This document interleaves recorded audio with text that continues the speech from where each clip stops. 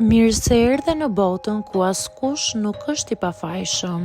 Sekrete shqiptare, vendi ku rrëfimet më të thella, më të ndaluara dhe më të pathëna të shqiptarëve marrin zë.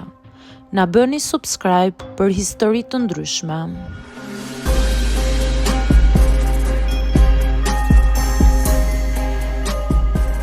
U detyrova të zgjedh mes parave dhe dinjitetit dhe humba të dyja.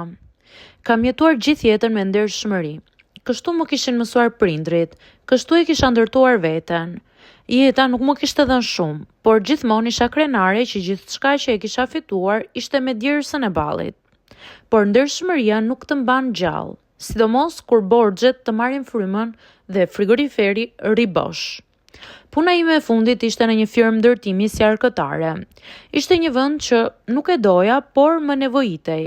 Çdo ditë numëroja paratë të tjerëve, ndërsa vetë nuk kisha bukë për të ngrënë. Rroga ime ishte gjithmonë e vonuar dhe shefi më shikonte sikur po më bënte ndonjë nder, jo sikur po më paguante për punën që po bëja. Jam 38 vjeç, nënë e 2 fëmijëve, e lodhur nga çdo ditë që më ngjan me tjetrën. Një mëngjes, shefi më kërkoi në zyrë. Ishte i buzëqeshur, ndryshe nga zakonisht. Më tha se kishte një mundësi tjetër për mua, një projekt i madh që do të sillte më shumë para. Thjesht do të duhej të rregulloja disa fatura, të mos figuronin siç ishin në realitet. Ishte një mënyrë për të kursyer disa taksa, më tha.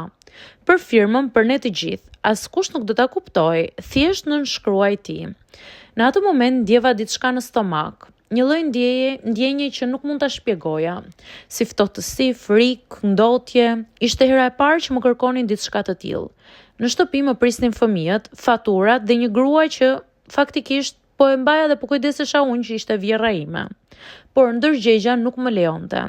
Atë natë nuk kam fjetur fare. Rria në errësirë duke menduar çfarë vlente më shumë.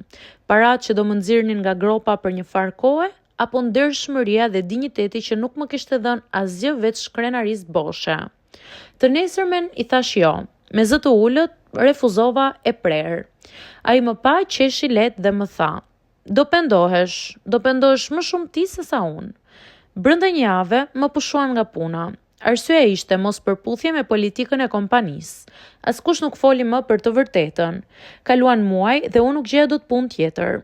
Një ditë rastësisht mora vesh se shefi kishte përfituar një kontratë të madhe. Kishte përdorur dokumentat që unë nuk pranova të falsifikoja, por i kishte bërë me ndihmën e dikujt tjetër. Ai u pasurua ndërsa unë përfundova në borxhe. Fëmijët filluan të më shikonin ndryshe. Nuk e kuptonin pse unë nuk pranoja ndihmë nga askush dhe pse s'kërkoja falje. Bashkëshorti më la duke më thënë se krenaria ime po na varfëronte. Kishte të drejtë, në një mënyrë ishte e vërtetë. Në çdo punë që kërkoja më thoshin që nuk përshtatesha, se isha tepër e drejtë, nuk bëja kompromise, sikur ndershmëria të ishte sëmundje. Një ditë pas shumë muajsh, e gjeta veten në radhë për ndihmën ekonomike sociale. Kisha mbajtur gjithmonë qëndrimin që nuk do lypja kurrë. Poja ku isha me kokën ulur dhe dokumentat në dorë. Mu duk sikur po firmosja dorëzimin tim. Në shtëpi shikoja fëmijët që më pyesnin pse nuk kisha punë. Nuk dija çfarë t'ju thoja, si t'ju shpjegoja se në këtë botë dinjiteti shpesh nuk vlen as një faturë e falsifikuar. Një mëngjes, ndërsa shikoja lajmet, pash në ekran shefin tim të vjetër, duar tërkitur në një event i shpallur si përmarrësi i vitit. Të njëjtin njeri që më kishte detyruar të zgjidhja mes dinjitetit dhe parave. Ai kishte të dyja, unë nuk kisha asnjërin. Në fund kuptova diçka që më dhëmbi më shumë se varfëria. Ndershmëria nuk të shpërblen me patjetër, por gjithsesi është e vetmja gjë që të lë të flesh natën pa frikë nga vetja. Dhe ndoshta, kjo është pak, por është gjithçka që më ka mbetur.